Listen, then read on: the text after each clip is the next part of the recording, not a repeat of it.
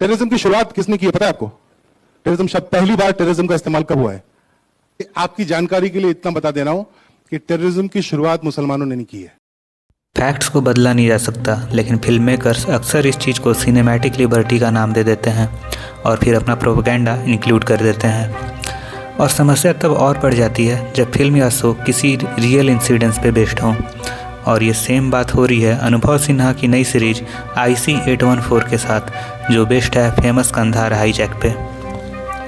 ये सारा मुद्दा बस टेररिस्ट के नेम चेंज तक ही नहीं है, बल्कि फिल्म में ऐसी कई चीज़ें हैं जिसे पैसेंजर्स, क्रू और एक्सपर्ट्स ने गलत बताया है।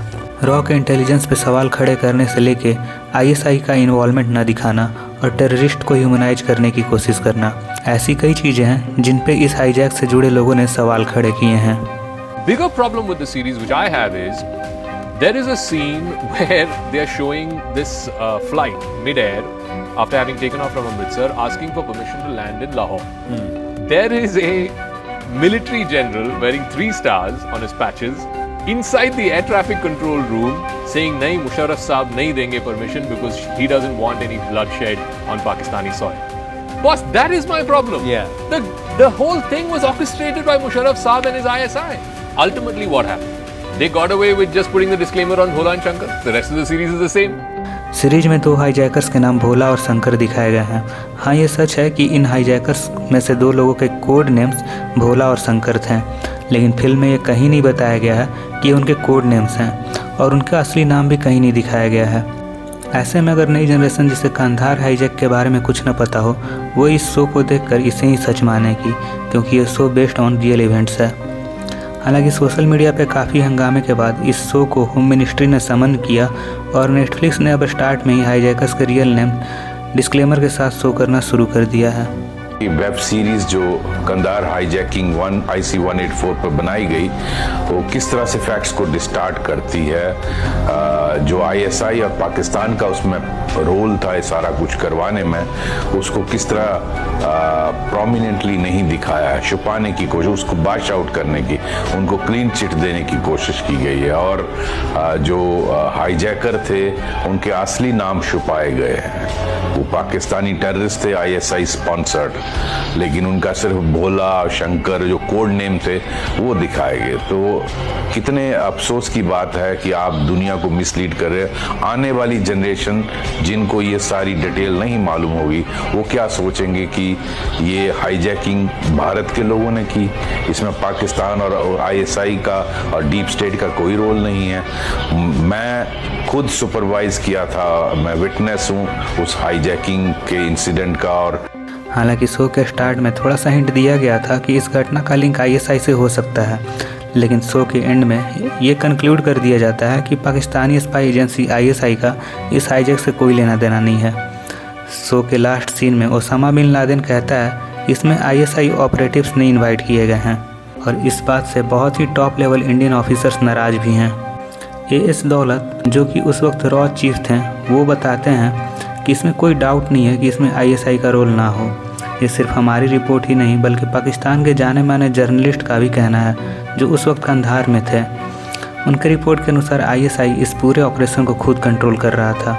इसके अलावा जीप पार्थसारथी, जो हाईजैक के वक्त पाकिस्तान के इंडियाज़ हाई कमिश्नर थे, उनका कहना है कि अनुभव सिन्हा ने जिस तरह से अलकायदा और तालिबान को पोर्ट्रे किया है वो बिल्कुल ही रिडिकुलस है। पार्थसारथी जी का कहना है ये टोटली पाकिस्तानी इन्वॉल्वमेंट था, इससे जुड़े लोग पाकिस्तानी थे, जिन लोगों को इन्होंने छुड़ाया वो पाकिस्तानी हैं, तो अलकायदा तो बहुत दूर की बात है। इस शो में ये दिखाया गया है कि दिल्ली रॉ टीम को काठमांडू रॉ टीम से इस होने वाली घटना की इन्फॉर्मेशन लगातार मिल रही थी। बहुत से रॉ ऑफिसर्स के अकॉर्डिंग ये गलत दिखाया गया है। AS दौलत कहते हैं कि काठमांडू रॉ से भले ही हो सकता है ये इन्फो भेजी जाती हो, लेकिन दिल्ली तक ये कभी पहुंची ही नहीं। उनका कहना है कि मैं इस बात की पर्सनली गारंटी लेता हूं कि ऐसी कोई जानकारी हमें कभी नहीं मिली। ये सेम बात RK यादव अपने 2014 में आई बुक मिशन RNAW में भी लिखी है। शो के फर्स्ट एपिसोड में ये दिखाया गया है कि हाईजैकर्स का क्रू मेंबर्स और पैसेंजर्स के प्रति बहुत ही सहानुभूति है, और इस तरह से अनुभव सिन्हा की ये शो टेररिस्ट को ह्यूमनाइज करने की कोशिश करती है। रुपीन कात्याल, जो कि हनीमून से वापस लौट रहे थे, उनको उनकी वाइफ से अलग कर दिया गया और उनका गला काट दिया गया। एक और पैसेंजर को बहुत ही बुरी तरह से चाकू मारा गया था। रियल में हाईजैकर्स बहुत ही खतरनाक और निर्दयी थे। उस फ्लाइट में चंदर छाबरा भी थे, जो कि एक बिजनेसमैन हैं। उनका कहना है कि हाईजैकर्स उन्हें अंधेरे में रखते थे और किसी को एक दूसरे से बात करना अलाउ नहीं था। उनका कहना है कि जिस तरह से शो में दिखाया गया है, कोई हाईजैकर्स इंसान कैसे हो सकता है? क्या आपको लगता है कि जिसने एक प्लेन हाईजैक किया हो, 100 लोगों को गन पॉइंट पर रखा हो, वो भी बिना खाना पानी के वो इंसान हो सकता है? शो में दिखाया गया है कि हाईजैकर्स पैसेंजर्स को खाना पानी दे रहे हैं, जबकि सच्चाई में मैंने वो दिन संतरे का एक एक टुकड़ा एक एक दिन खा के गुजारे हैं। हम लोगों को खाना तब मिला था जब उनकी कुछ डिमांड्स पूरी हुई थी। आपको लगता है कि जो एक हॉस्टेज, जो आपने एक ट्रॉमा आपने जो वहाँ पे एंड्योर किया, क्या वो चीज़ एक राइट वे में दिखाई जा रही है सीरीज़ या फिर इन मूवीज़ के through? No, I don't think they are shown. And secondly, एक और बड़ी चीज़ है हमारी मूवीज़ में कि the movie gets distorted by two things. One is the business part.